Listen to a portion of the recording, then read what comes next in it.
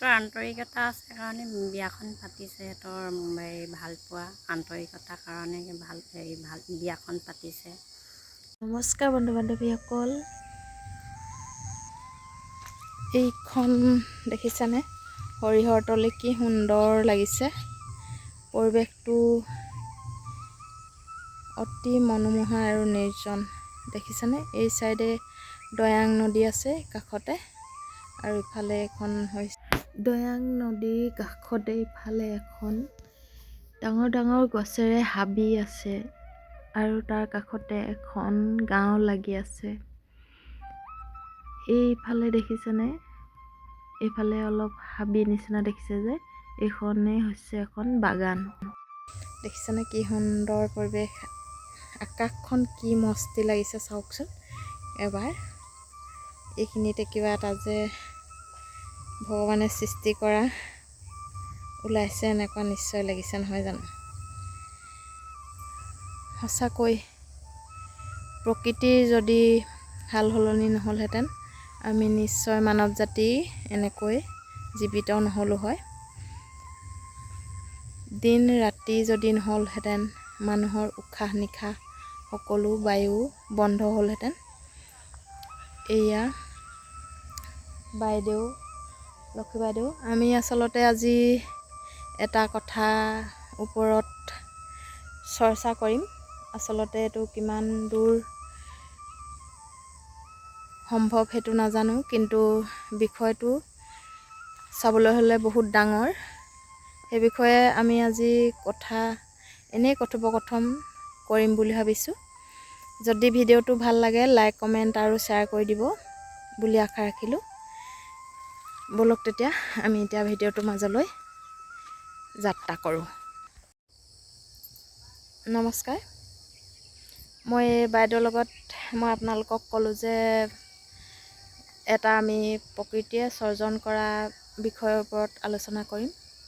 এই প্ৰকৃতিয়ে আচলতে আমাক দিন ৰাতি বা পুৰুষ মহিলা সৰ্জন নকৰা হ'লে আচলতে আমাৰ পৃথিৱীখন এনেকুৱা নহ'লহেঁতেন। দিন ৰাতি উশাহ নিশাহ আৰু পুৰুষ প্ৰকৃতি সকলো ভগৱানে সৰ্জন কৰা। তাৰ ওপৰত আলোচনা কৰিবলৈ গৈ আচলতে মই ভাল কৰিছোঁ নে বেয়া কৰিছোঁ সেইটো নাজানো, কিন্তু মোৰ মনৰ পৰা যিখিনি কথা প্ৰকাশ পাইছে, সেয়েহে মোৰ চেনেলটোৰ জৰিয়তে মই আপোনালোকৰ আগত প্ৰকাশ কৰিলোঁ।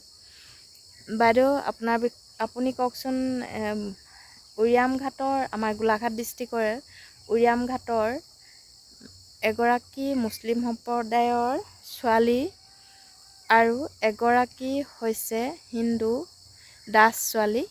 তেওঁলোকে দুয়োগৰাকীয়ে ছোৱালী হৈও ছোৱালীয়ে ছোৱালীক ভাল পায় আৰু বিয়াৰ পাতিবলৈও তেওঁলোকে কুণ্ঠাবোধ কৰা নাই। তেওঁলোকে আইন প্ৰশাসনৰ যোগেদি তেওঁলোকৰ বিবাহখন লিগেলি হোৱালৈ অপেক্ষা কৰি তেওঁলোকৰ ভালপোৱা জীয়াই ৰাখিবলৈ লৈছে। আপুনি তাৰ ওপৰত কি ক'ব কওকচোন?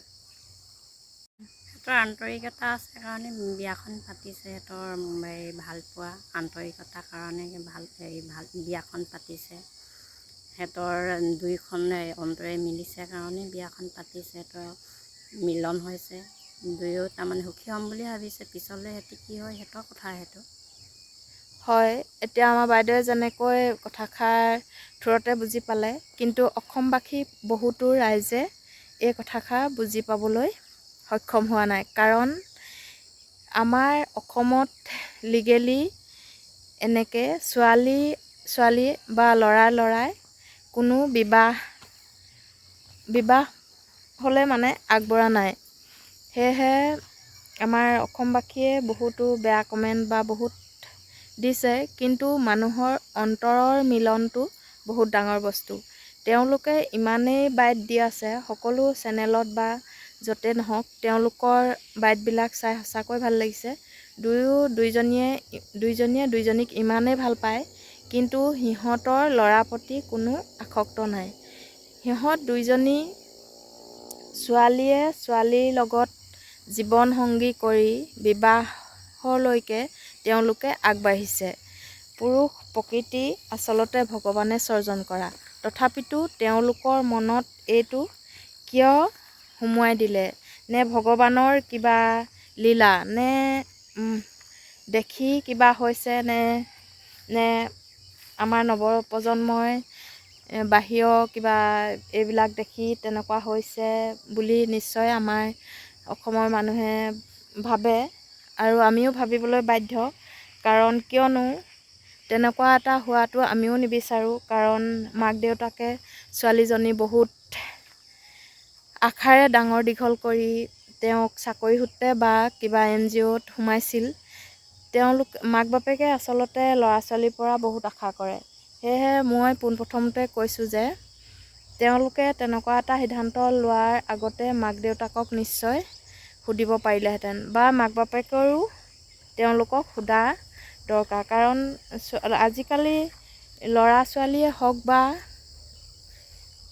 মাক বাপেকেই হওক কোনো কাৰো মানে ইচ্ছাত বাধা দিব নোৱাৰা নিচিনা এটা আইন প্ৰশাসনে ইতিমধ্যে উলিয়াই দিছে।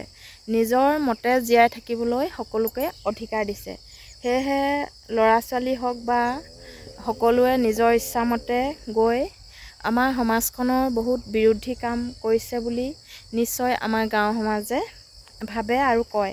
সেই কথাটো কিমান দূৰ যুক্তিসংগত সেই কথাটো আচলতে মই ক'ব নোৱাৰিম। আৰু যিসকলে যদি চাই মোৰ ভিডিঅ'টো বুজি পায় নিশ্চয় কমেণ্ট কৰি মোক কমেণ্ট বক্সত জনাব বুলি আশা ৰাখিলোঁ। আৰু মই যিহেতু ইমান কথা কোৱা মোৰ একো